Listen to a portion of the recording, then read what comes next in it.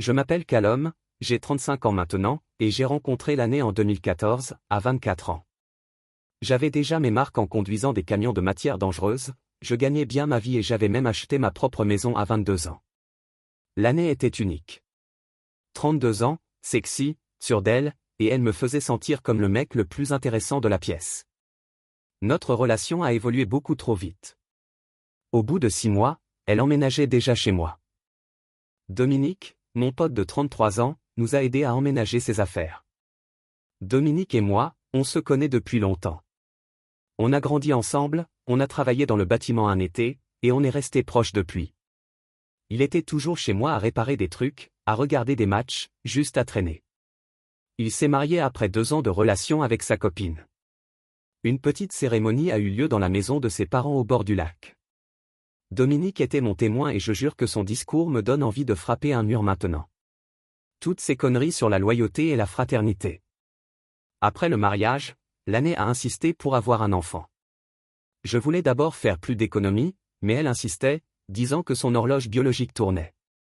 Christopher est né en novembre 2019. Devenir père a tout changé. Je suis passé des courses de cross-country aux courses régionales, acceptant une baisse de salaire de 30% juste pour être plus souvent à la maison. Malgré tout, je devais être sur la route 2 ou 3 soirs par semaine. Mais ça valait le coup de voir mon fils grandir. C'est là que les choses ont commencé à changer. J'ai remarqué que l'année avait changé. La reconnaissance que je recevais avait disparu. Je rentrais des résidences et, au lieu d'un accueil chaleureux, je recevais une liste de plaintes.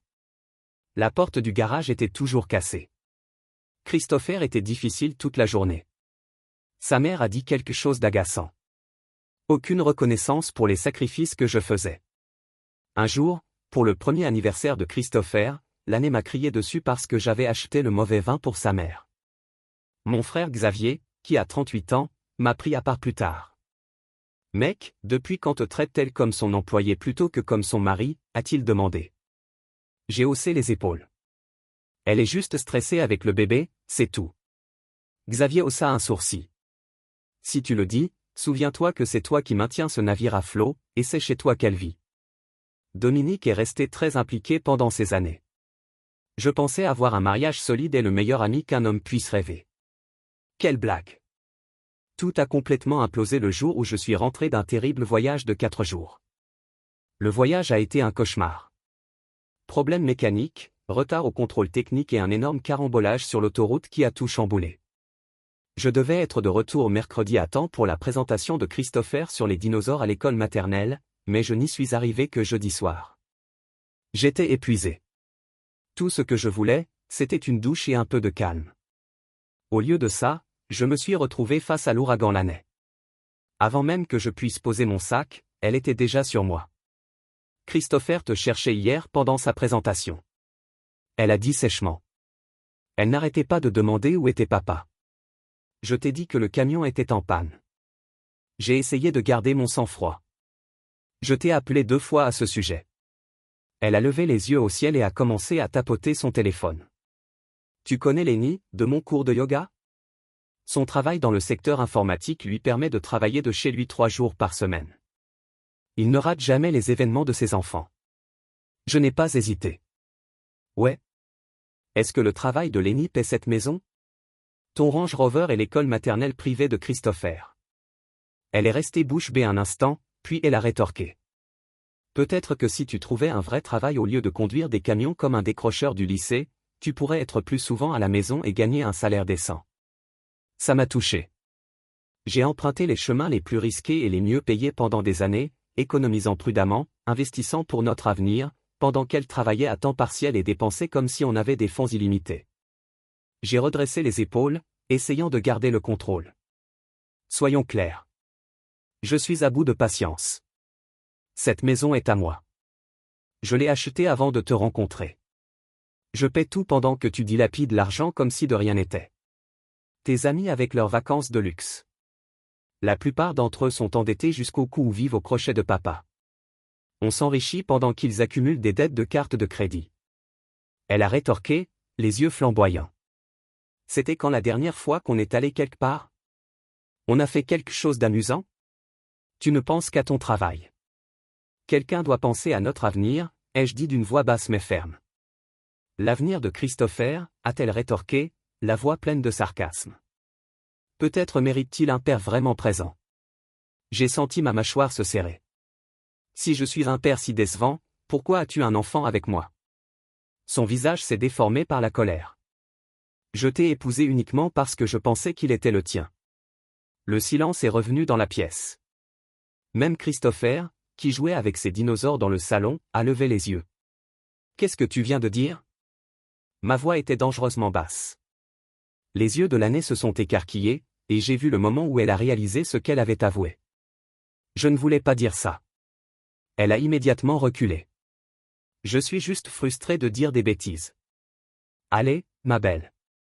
Tu sais que je ne le pensais pas. Mais j'ai reconnu ce regard. Ce n'était pas juste de la colère. Il y avait du vrai dans ces mots. Christopher, ai-je dit d'une voix posée mais froide. Va jouer un peu dans ta chambre, mon pote. Papa doit parler à maman. Après qu'il soit monté, je me suis tourné vers l'année. Tu n'as qu'une seule chance de me dire ce que c'était. Ce n'était rien. J'étais en colère. Tu sais comment je suis quand je suis énervé, a-t-elle dit en essayant de me toucher le bras. J'ai reculé. Je sors, ai-je dit sèchement. Ne m'attends pas, je suis allé directement chez Xavier et j'ai appelé mon répartiteur. Je leur ai dit que j'avais besoin de congé. Quand Xavier a vu mon visage, il a compris que quelque chose n'allait pas du tout. Elle a enfin montré son vrai visage. Tu n'en sais rien, hein? J'ai secoué la tête. Non, je ne suis pas rentré ce soir-là. J'ai dormi chez toi. J'ai passé la matinée à planifier la suite des événements. Je n'allais pas affronter l'année sans preuve. Si elle m'avait trompé, j'avais besoin de preuves solides avant qu'elle ne puisse inventer une histoire. Xavier hocha la tête. Il te faut un avocat avant tout. Il avait lui-même divorcé 3 ans plus tôt et avait appris à ses dépens qu'agir sans conseil juridique pouvait être ruineux. Il m'a donné un nom, Patricia Goldstein, une avocate qui l'avait aidé à gérer sa séparation. J'ai appelé son cabinet ce matin-là et j'ai obtenu une consultation d'urgence l'après-midi. Patricia avait la cinquantaine, elle était directe. Je lui ai expliqué ce qui s'était passé. L'année quittant la maison pendant notre dispute. Mes soupçons sur Christopher, tout. La première chose à faire, c'est un test de paternité, a-t-elle dit. Pour confirmer si tu es le père de Christopher, parce que ça change tout. Elle m'a expliqué que même si Christopher n'était pas biologiquement le mien, je serais probablement considéré comme son père légal après 5 ans de séparation. Mais connaître la vérité façonnerait notre stratégie. Ensuite, elle a dit, nous devons protéger vos finances. La maison m'appartenait, elle n'était donc pas considérée comme un bien matrimonial, ce qui était une bonne chose.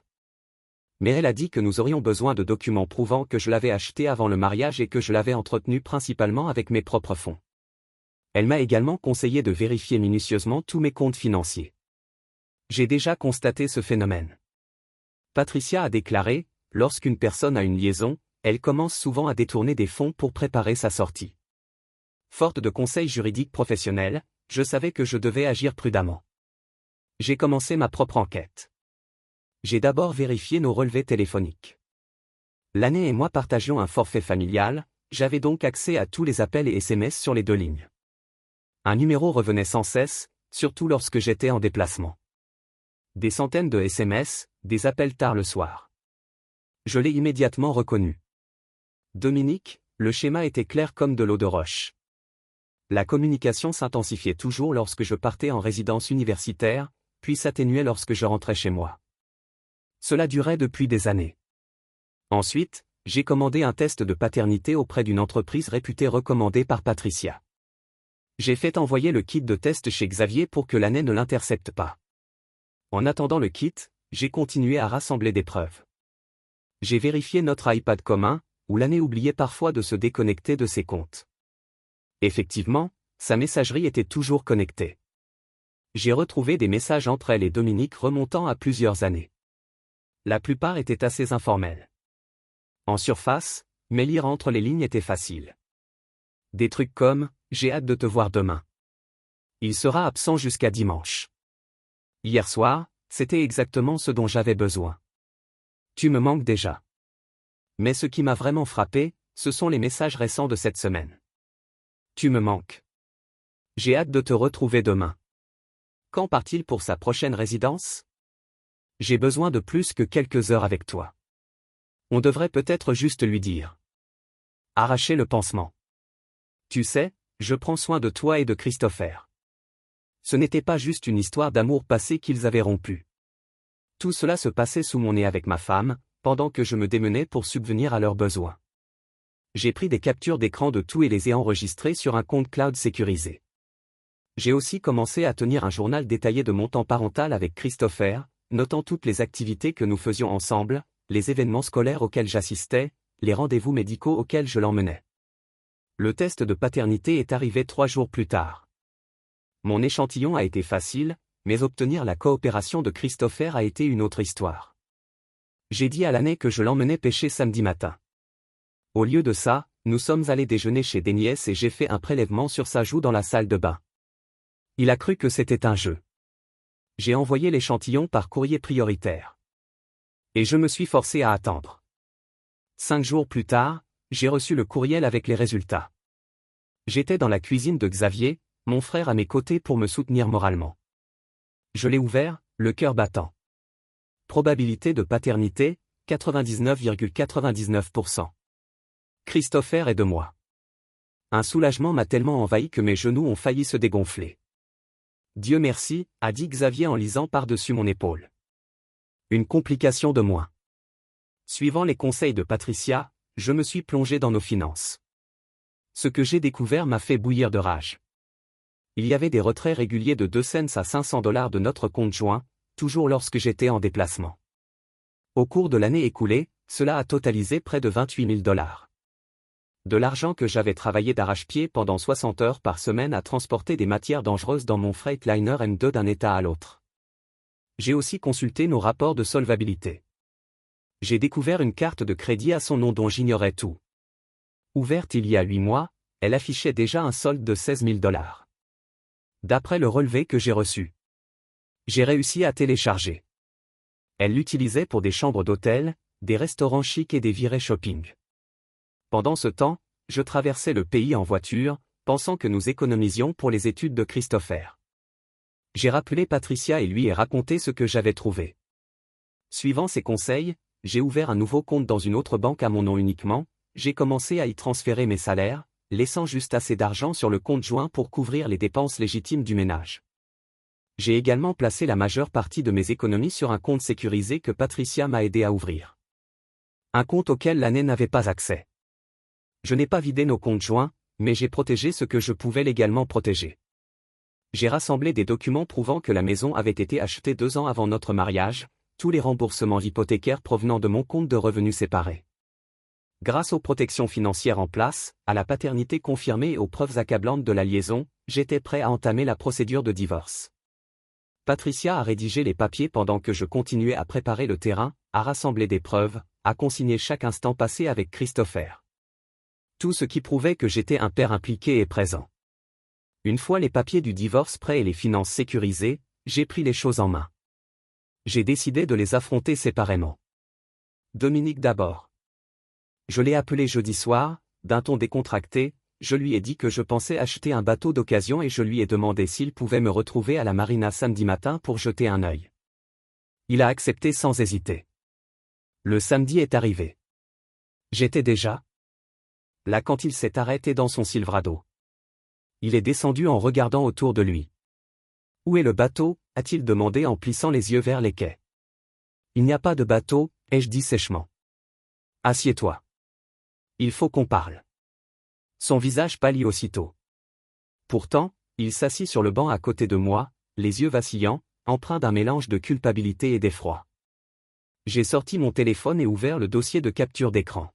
« Je veux que tu regardes ça », ai-je dit en parcourant des centaines d'appels et de SMS, surtout quand j'étais en déplacement.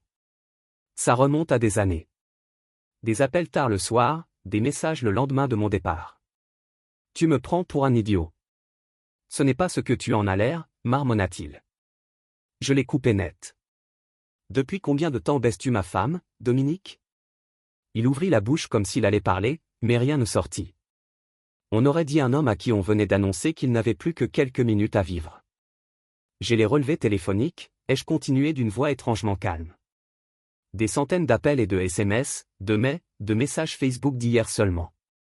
Tu préparais ton prochain rendez-vous. Alors, je te le repose. Depuis combien de temps? C'est là qu'il a craqué.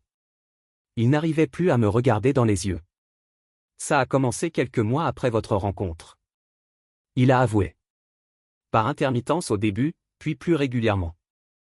Après votre mariage, quand elle est tombée enceinte, sa voix s'est éteinte. Je l'ai regardé fixement. Alors, tu as joué ma vie? Laisse-moi élever un enfant qui aurait pu être le tien. Il a secoué la tête, les yeux rivés sur le trottoir. Après la naissance de Christopher, il te ressemblait tellement. On s'est dit tous les deux qu'il devait être le tien. Je me suis levé, la fureur palpitant dans mes côtes. Christopher est à moi, mais toi et l'année. Je me suis penché. Vous êtes tous les deux morts pour moi. Il s'est levé aussi. Les mains légèrement levées. Allez, mec. On peut surmonter ça. Je sais que j'ai merdé. Je l'ai coupé. Tu sais ce qui va se passer maintenant? Tu vas rester loin de moi. Si tu m'envoies ne serait-ce qu'un texto, j'envoie ces photos et tout le reste à ton patron, à tes parents, à tous ceux qu'on connaît. Essaie d'expliquer à Logan comment tu t'es donné à fond. Tu as été la femme d'un ami pendant qu'il te faisait confiance pour gérer ses chantiers. Dominique a blanchi. Son patron, Logan, était de la vieille école, très loyal, attaché aux valeurs familiales. Le genre d'homme qui nous disait un jour, autour d'une bière. Si tu ne peux pas faire confiance à ton équipe, tu as déjà perdu ton boulot. Je savais exactement ce que cette preuve ferait à la réputation de Dominique. Il le savait aussi. Tu ne me jugeras pas, ai-je dit d'une voix basse et ferme en me retournant et en m'éloignant. L'année est venue ensuite. Je suis rentré chez moi ce soir-là, sans rien dire au début. J'ai passé l'après-midi avec Christopher, je l'ai emmené au parc, je l'ai regardé grimper au bar de singe, je lui ai offert une glace avec des vermicelles supplémentaires, comme toujours. Il a fait comme si tout était normal, comme si mon monde n'avait pas été brisé et incendié la même semaine. Il méritait bien ça. Une fois endormi, je suis allé dans la cuisine et j'ai tout disposé sur la table. Les impressions, les déclarations, les captures d'écran, le test de paternité, tout. C'était une sorte de guerre silencieuse. Je n'ai pas dit un mot jusqu'à ce qu'elle est entrée et a vu. Qu'est-ce que c'est que tout ça, a-t-elle demandé d'une voix tendue. Mais son visage exprimait qu'elle le savait déjà. Ses yeux n'ont même pas bronché. Des preuves? Ai-je demandé sans détourner le regard. De ta liaison avec Dominique. Ça dure depuis avant notre mariage, non? C'est pour ça que tu as dit que tu m'avais épousé uniquement parce que tu pensais que le bébé était de moi. Elle s'est mise à pleurer immédiatement. De gros sanglots dramatiques qui ont rebondi sur les placards. J'ai fait une erreur, a-t-elle dit, le souffle coupé. Ça ne voulait rien dire. C'était juste du physique. Je jure que c'était juste du sexe. Pendant 6 ans. J'ai ri, mais il n'y avait aucun humour. Juste le son affreux de quelqu'un qui fait semblant. Essaie encore et explique-moi ça. J'ai glissé les documents financiers. 28 000 $. De l'argent que j'ai gagné pendant que tu baisais ma meilleure amie dans notre lit. Je l'économisais, a-t-elle balbutié. Le mascara coulait déjà sur le matelas de Dominique pour les urgences. J'ai craqué. Et je suppose que les hôtels étaient réservés aux siestes d'urgence. Son visage a changé. Puis les larmes sont tombées. Elle s'arrêta comme si quelqu'un avait appuyé sur un interrupteur. Elle se redressa un peu. Plus de comédie. Bien. Oui, je sors avec Dominique, dit-elle sèchement. Oui, j'économise de l'argent. Tu peux m'en vouloir? Tu n'es jamais là. Tu te soucies plus de tes précieuses économies que de me rendre heureuse. Te rendre heureuse n'était pas mon boulot, dis-je froidement. Être un bon mari et un bon père, si. J'ai tenu ma part du gâteau. Toi non. Elle me regarda, les yeux plissés. Alors, qu'est-ce que tu veux, demanda-t-elle, soudain calculatrice. Plus de sexe? Je peux faire ça. Un plan à 3 avec une de mes amies. Dis-moi juste ce que tu veux que je dise. Je ne répondis pas. Je glissais juste les papiers du divorce sur la table. Je veux que tu les signes. Ses yeux s'écarquillèrent comme si le mot divorce lui avait frappé au ventre. Divorce? Tu n'es pas sérieuse. On peut s'en sortir. Tout le monde fait des erreurs. Je la fixai d'un air vide. Une erreur, c'est d'oublier de payer une facture, dis-je à voix basse. Tu m'as niqué. Meilleur ami depuis 6 ans. Ce n'est pas une erreur. C'est un choix. Voler près de 30 000 $ à notre famille. Un choix aussi. Des milliers de choix, jour après jour, s'est-elle irritée. Et Christopher? A-t-elle exigé? Il a besoin de son père. Bonne nouvelle, ai-je dit d'un ton neutre. Je suis son père et je resterai dans sa vie. Toi, par contre, j'ai laissé la sentence en suspens, sachant que ça ferait mal. Elle a immédiatement changé de tactique, la voix froide. Calculatrice. Si tu penses que je te laisse prendre mon fils, tu délires. Les tribunaux favorisent toujours la mère. Tu es absente la moitié du temps à cause de ton travail. Tu auras de la chance si tu as un week-end sur 2. J'ai souri. Pas un grand sourire, juste assez pour lui faire comprendre qu'elle m'avait sous-estimé. Cela semblait toujours la déstabiliser. On verra bien. Elle a repris la parole, mais j'ai continué. Au fait, j'ai déjà transféré la majeure partie de notre argent sur un compte séparé. Sur légal. Ton nom n'est pas dessus. La carte de crédit que tu cachais a été signalée comme frauduleuse. J'ai également informé mon entreprise que tu n'étais plus autorisé à accéder à mon assurance. Ni à mes avantages sociaux. Son visage est devenu pâle. Tu ne peux pas faire ça, a-t-elle murmuré. C'est déjà fait, ai-je simplement dit. Oh, et comme la maison m'appartient légalement depuis avant notre mariage, avec tous les documents pour le prouver, c'est toi qui déménageras. Je t'ai réservé une chambre au Marriott pour 2 semaines. À toi de choisir si Dominique Y rejoint. Je ne pars pas, a-t-elle crié. C'est aussi chez moi. Je n'ai pas bronché. J'ai juste glissé un autre dossier sur la table. Tes affaires sont emballées. Elles sont dans la chambre d'amis. Tu peux les prendre maintenant, ou je les ferai livrer chez tes parents demain. À toi de voir. Fils de pute, siffla-t-elle. Tu ne t'en sortiras pas comme ça. Je l'ai déjà fait, répondis-je calmement. C'est toi qui l'as fait, Laney. Pas moi. Chaque décision que tu as prise a mené à ce moment. Signe les papiers ou on peut le faire à la dure. Quoi qu'il en soit, c'est fini. Le lendemain, j'ai revu Patricia pour officialiser notre stratégie. J'ai apporté l'enregistrement audio de ma conversation avec Laney. Chaque mot, chaque menace, chaque aveu. Elle écoutait sans m'interrompre, écouteurs dans les oreilles, bloc-notes à la main. Une fois terminée, elle hocha la tête. Ceci confirme la liaison, dit-elle en posant le bloc-notes. Et l'irrégularité financière. Les deux nous donnent un motif de divorce. L'aspect financier est particulièrement utile, dit Patricia d'un ton sec en feuilletant le document. Les déclarations que j'ai faites. Les juges voient d'un très mauvais œil le détournement secret des biens matrimoniaux par un conjoint. Elle ajusta ses lunettes et leva les yeux vers moi. Dans notre État, l'adultère est un motif de divorce. Oui, mais cela n'a généralement pas d'impact sur les règlements financiers, sauf si ces biens ont servi à financer la liaison. J'ai hoché la tête, ce qu'elle a clairement fait. Hôtel, dîner, shopping. Exactement. Patricia a tapoté le dossier d'un ongle verni. Et l'enregistrement de ces menaces de vous priver de Christopher? C'est troublant, mais une seule explosion émotionnelle ne suffit pas à la priver d'un temps parental significatif.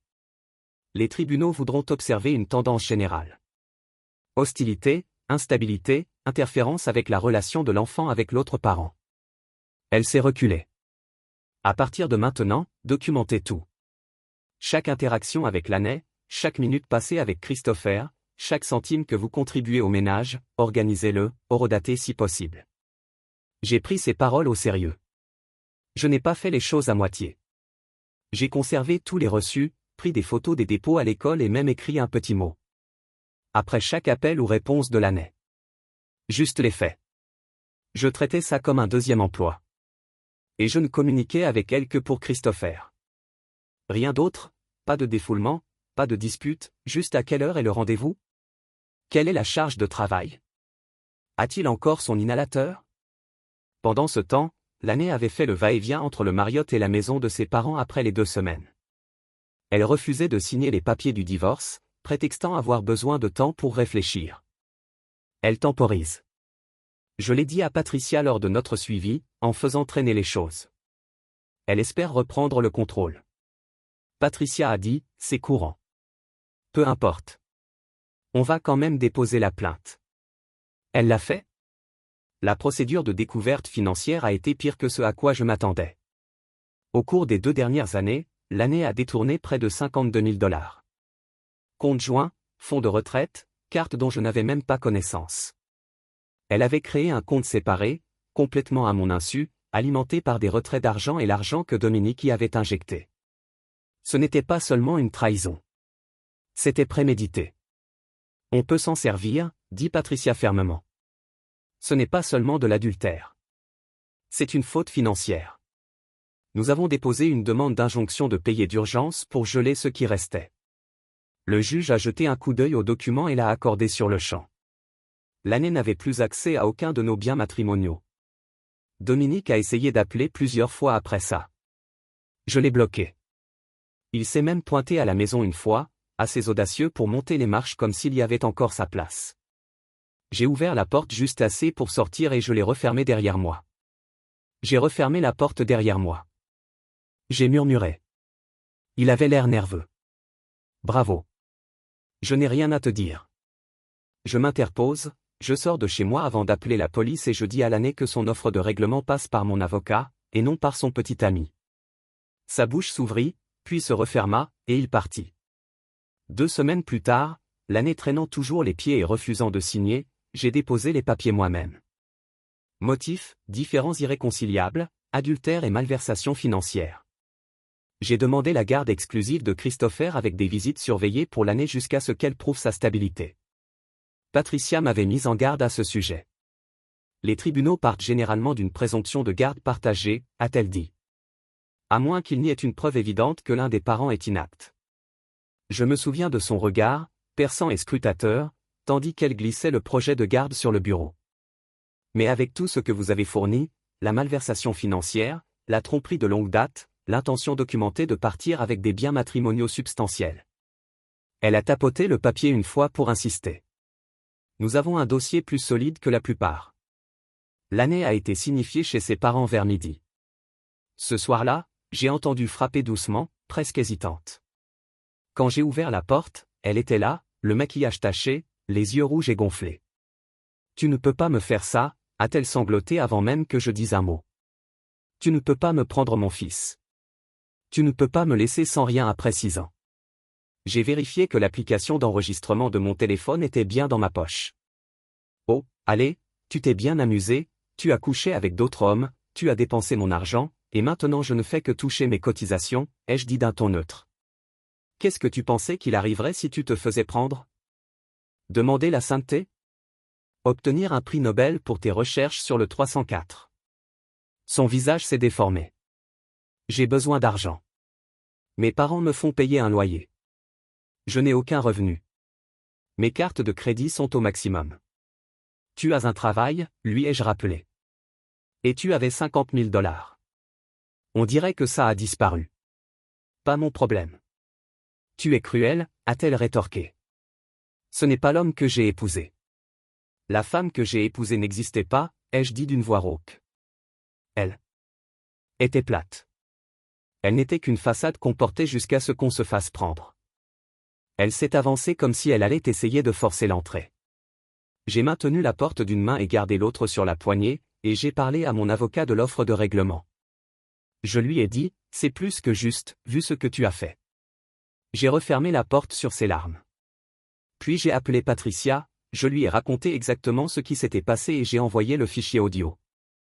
Une autre preuve, claire comme le jour, que l'année ne se concentrait pas sur Christopher, mais sur l'argent. L'audience initiale pour la garde des enfants est arrivée vite. J'étais nerveuse. Oui, même avec la vérité de son côté, on ne sait jamais comment ça va se passer. L'année est arrivée en mode maman footballeuse.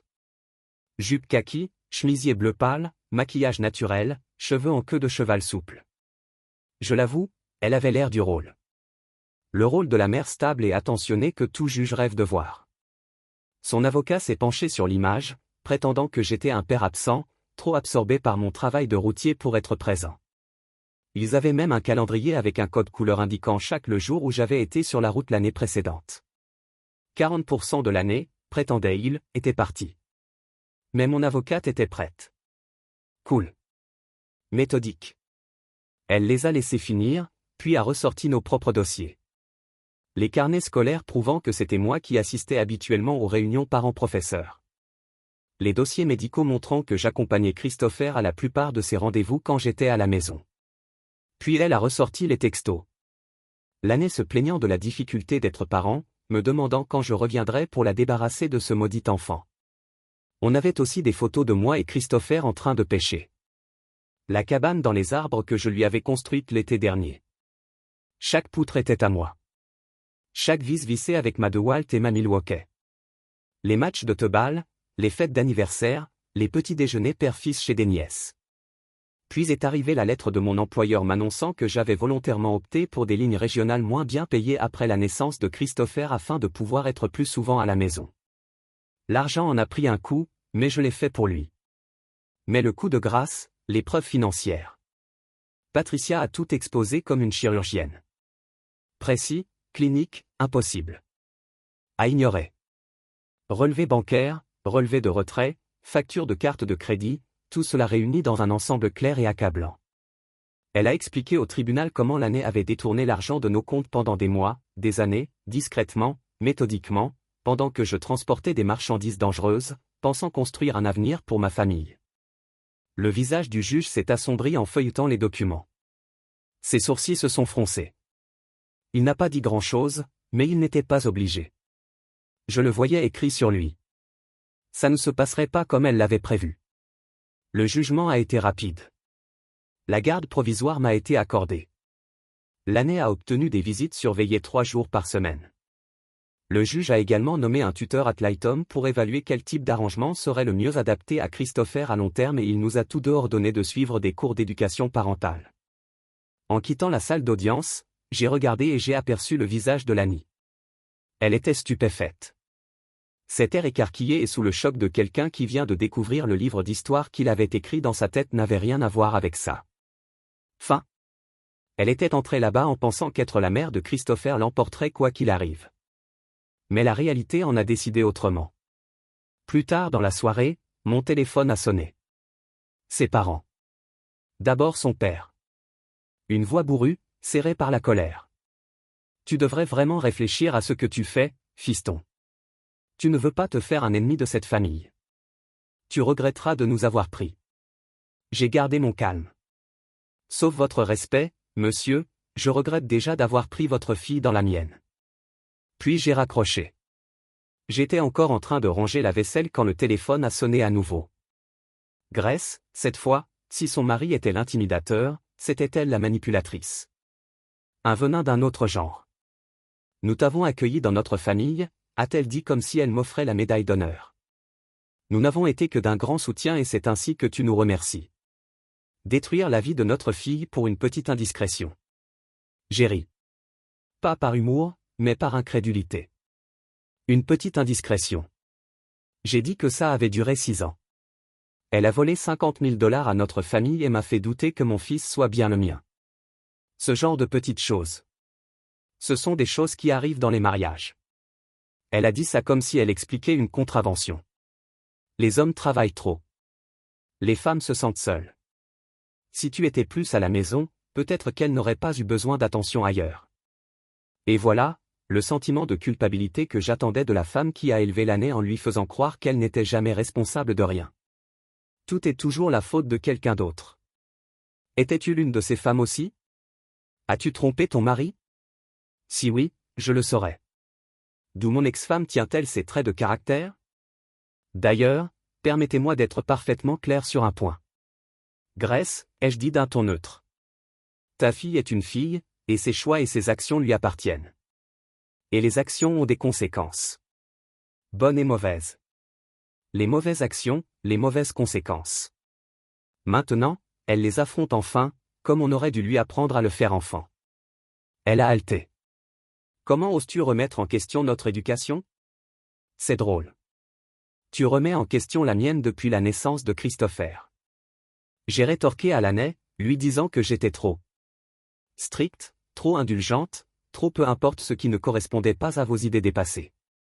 Eh bien, maintenant, un juge et un professionnel de la protection de l'enfance sont tous deux d'accord. Je suis le parent le plus stable. Silence. Puis enfin, sa voix, petite et aigre. Tu as changé. Tu étais un jeune homme si gentil. Non, Grace, ai-je dit. J'ai juste arrêté de tolérer. Bonne soirée. Les mois suivants ont été une partie d'échecs. Moi en défense, l'année s'agitant frénétiquement sur l'échiquier, espérant que quelque chose collerait. Elle a balancé tout ce qui lui passait par la tête. Elle a prétendu que j'étais violente verbalement. Elle a prétendu que j'avais un caractère colérique. Patricia a calmement soumis des heures de vidéos de surveillance à domicile et d'enregistrements vocaux. Des conversations calmes et posées, je n'ai jamais élevé la voix, pas même une seule fois. Cette accusation est vite tombée. Puis ce sont les stéroïdes. Elle a dit avoir vu des fioles dans mon sac de sport. Je me suis porté volontaire pour un test de dépistage de drogue le jour même. Propreté naturelle. Juste un autre coup désespéré dans le noir. Elle a même essayé de manipuler Christopher. Elle lui a dit de dire que je lui faisais parfois peur quand j'utilisais ma voix colérique. The Guardian at Lighton n'a pas hésité une seconde. Elle a dit que le coaching était clair et évident, tant dans la formulation que dans le timing. Lorsqu'elle a posé des questions plus ouvertes à Christopher, il a raconté comment nous construisions des Legos ensemble, comment je lisais le Hobby avant de me coucher, comment je faisais de meilleures crêpes que maman. Pendant ce temps, je restais concentré, je documentais tout. Chaque soirée passée à l'aider avec ses devoirs de maths, chaque activité scolaire, la soirée de rentrée, le carnaval d'automne, sa pièce de théâtre de printemps, chaque match de teubal où je restais sur le bord du terrain à crier des encouragements, son gant à la main. J'ai travaillé avec mon patron pour resserrer mon emploi du temps. Même trajets régionaux chaque semaine. Rentrée tous les soirs à 19h.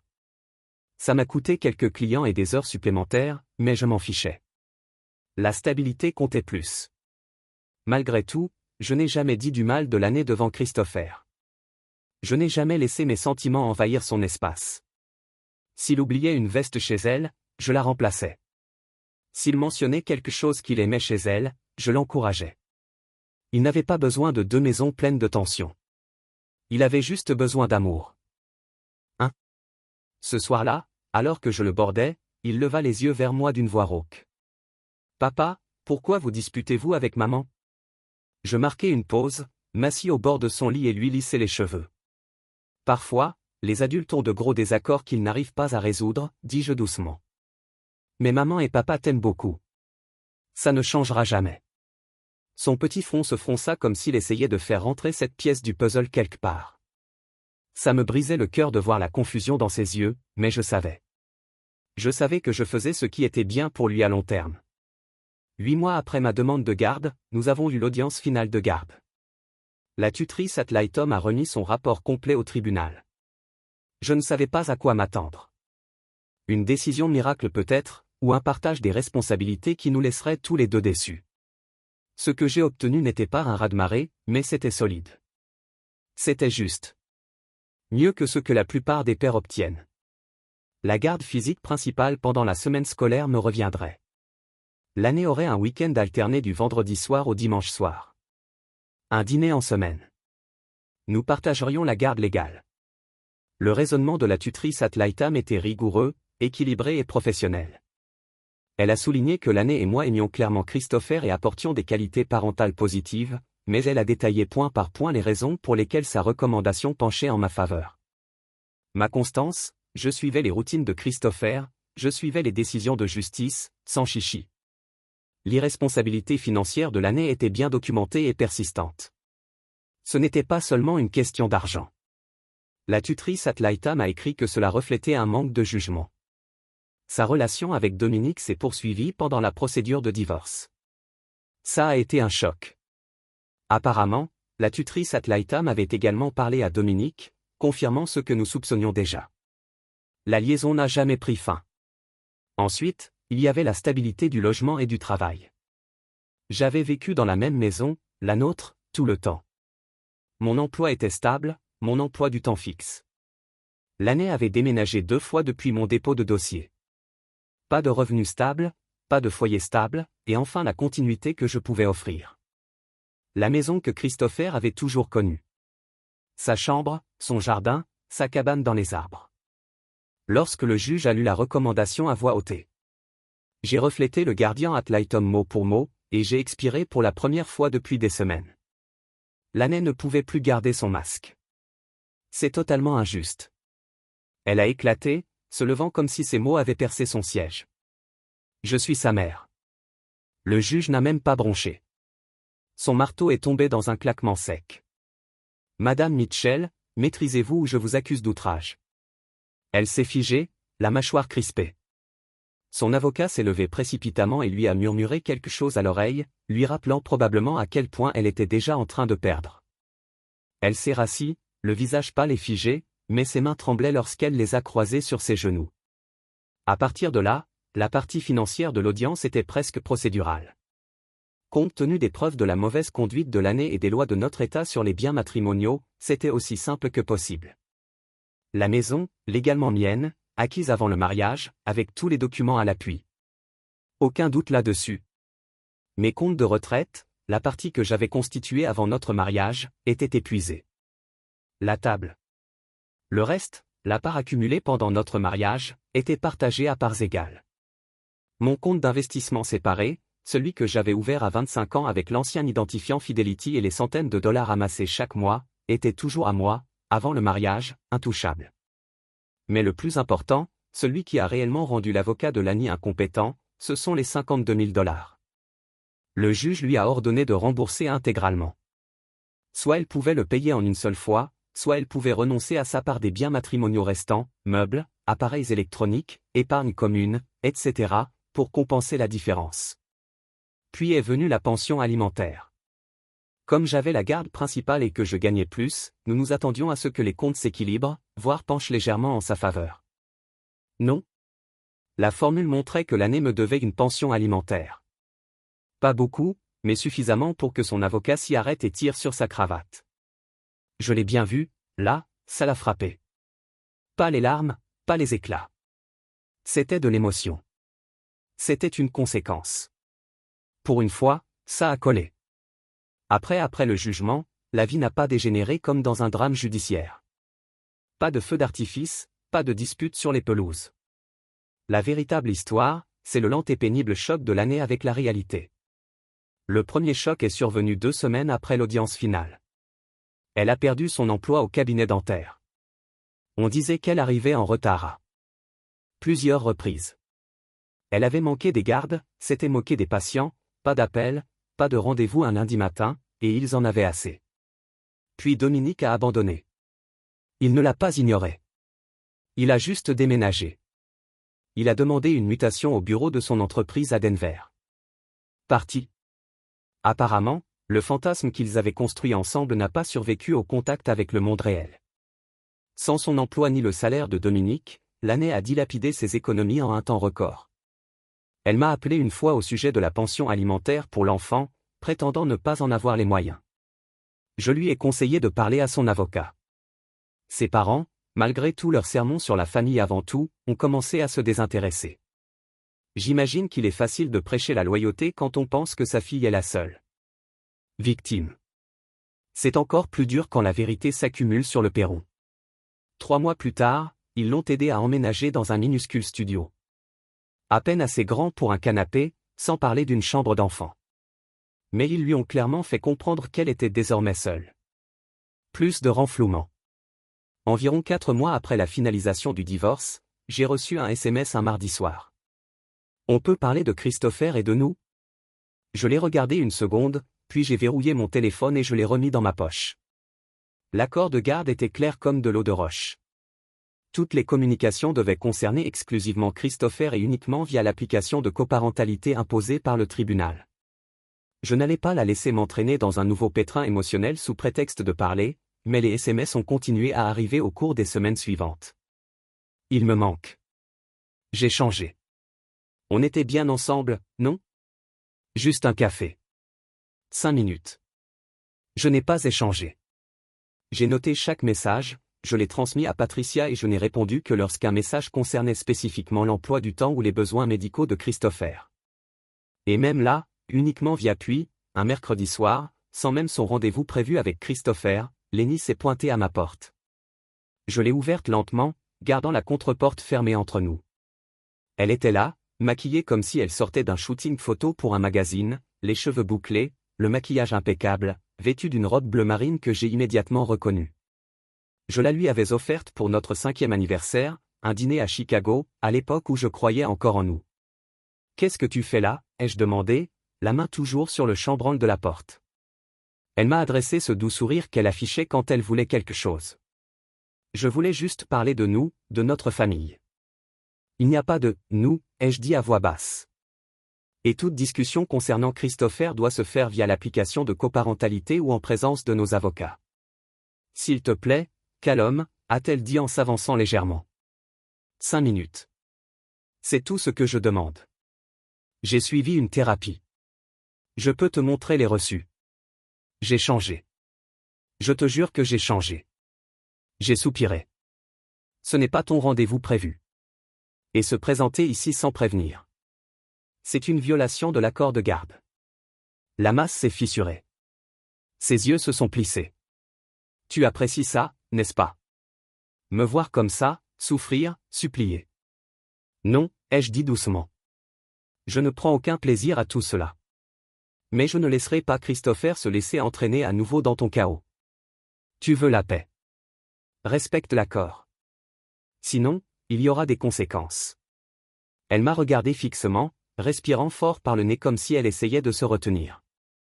Ce n'est pas fini, a-t-elle dit d'une voix tremblante. Bonne nuit, Laney. J'ai fermé la porte. Dès le lendemain matin, j'ai tout documenté et transmis le tout à Patricia. Son conseil a été immédiat. Demander une modification de l'accord de garde pour exiger que tous les échanges aient lieu dans un lieu neutre. Fini les embuscades à domicile. Le juge l'a accordé sans hésitation. La décision suivante de l'année était aussi prévisible que désespérée. Elle a demandé une modification de l'accord de garde. Elle a affirmé avoir stabilisé sa vie. Elle a dit qu'elle méritait un temps parental égal. Son témoignage. J'étais mince. Nouvel emploi de réceptionniste dans un salon de coiffure local. 3 mois de reçu de thérapie et d'attestation de fin de cours de parentalité exigés par le tribunal. Lors de l'audience, 6 mois après la finalisation du divorce, le juge écouta attentivement, feuilletant le dossier que son avocat lui avait remis. Puis il leva les yeux et secoua la tête. « Madame Mitchell, dit-il, vos efforts récents sont reconnus et louables, mais la stabilité exige plus que quelques mois de bonne conduite, surtout compte tenu de la gravité des problèmes qui ont conduit à la situation actuelle. » Laney quitta la salle d'audience en larmes. Je ne me sentais pas triomphante. Je n'étais pas vengeresse, juste soulagée. Soulagée que Christopher ne soit pas entraîné dans le chaos. Que les fondations que j'avais tant travaillé à construire pour lui restent intactes, du moins pour l'instant. Le véritable changement n'est intervenu que 2 mois plus tard. C'était son week-end avec Christopher, du vendredi au dimanche. Mais vendredi est passé. Puis samedi, pas d'appel, pas de SMS, rien. Le dimanche matin, j'étais inquiète. Même après tout ça, je ne voulais pas qu'il lui arrive quelque chose de mal. Je lui ai envoyé un message via l'application de coparentalité. Dis donc, Laney, tu as raté ton moment avec Christopher. Tout va bien? Pas de réponse. Ce soir-là, juste avant le dîner, mon téléphone a sonné.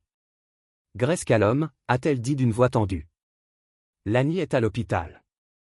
Je me suis assise durement sur le banc dehors. Que s'est-il passé?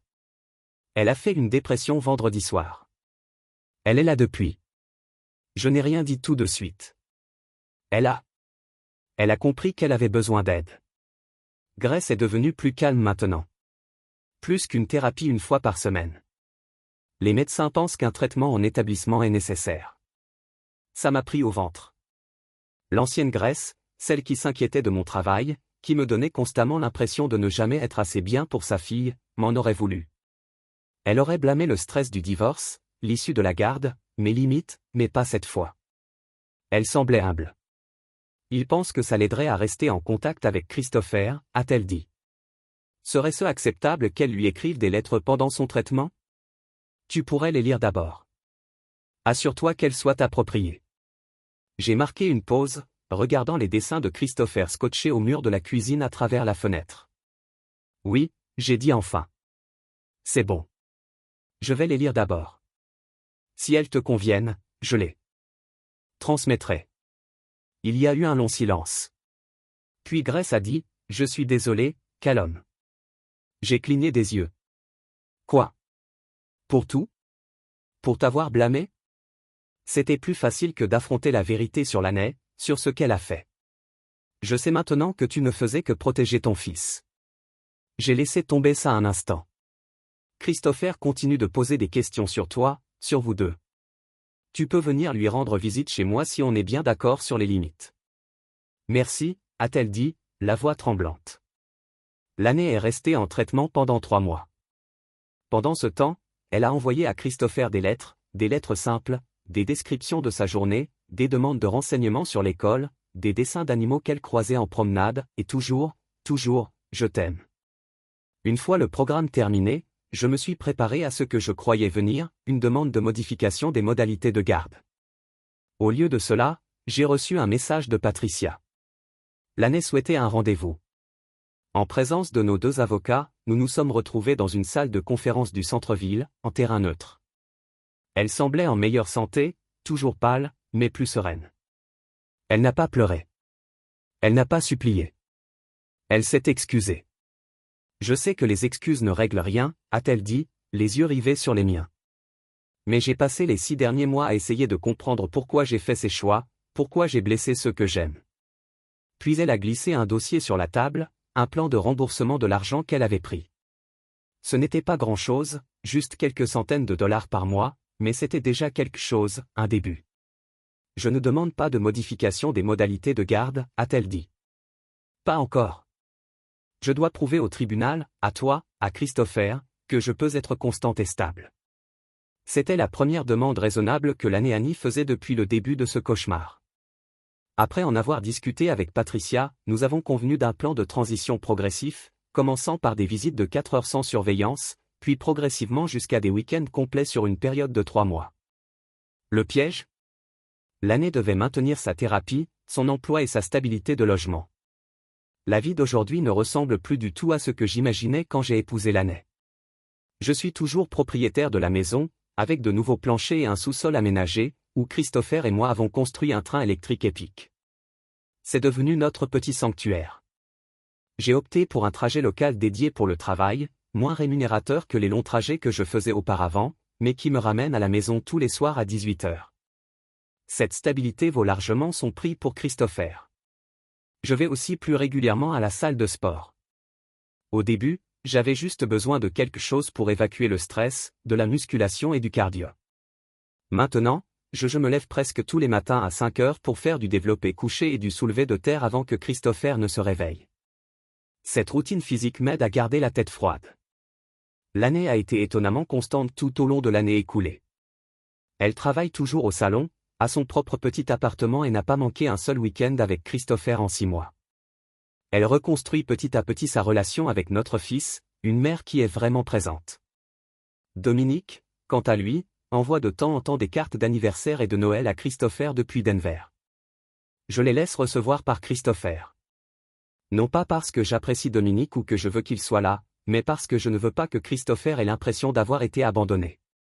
Dominique et moi ne nous parlerons plus jamais, mais je ne projetterai pas cette amertume sur mon fils.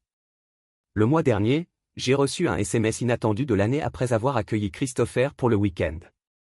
Elle m'a dit qu'elle était reconnaissante de la façon dont j'avais géré la situation avec Christopher, qu'il lui avait parlé du projet scientifique sur lequel nous avions travaillé ensemble. « Tu es un bon père. » Je l'ai toujours été, a-t-elle écrit. Je n'ai pas répondu. Je n'en avais pas besoin, mais j'ai enregistré le message. Si je peux donner un conseil aux hommes qui traversent une situation similaire, c'est celui-ci, suivez la procédure judiciaire. Documentez tout. Gardez votre sang-froid dans les moments importants et concentrez-vous sur ce qui est le mieux pour votre enfant. Les tribunaux ne sont pas toujours contre les pères comme on le prétend. Si vous êtes présent, restez impliqué, respectez les décisions de justice et faites passer votre enfant en premier. Les juges le remarquent. Je n'ai pas gagné mon divorce en détruisant la Néanie. Même si cela a pu être satisfaisant sur le moment, j'ai gagné en protégeant mon fils, en assurant notre avenir et en refusant d'être manipulé ou contrôlé. L'année a perdu tout ce qui comptait à cause de ses propres choix. Hier encore, j'ai entendu Christopher dire à un ami au parc, « Mon père transporte des affaires importantes partout et s'assure qu'il a tout ce dont il a besoin. Mon enfant s'en sort mieux que sa mère. » Chers auditeurs, n'hésitez pas à partager vos impressions dans les commentaires ci-dessous et n'oubliez pas d'aimer, de partager et de vous abonner.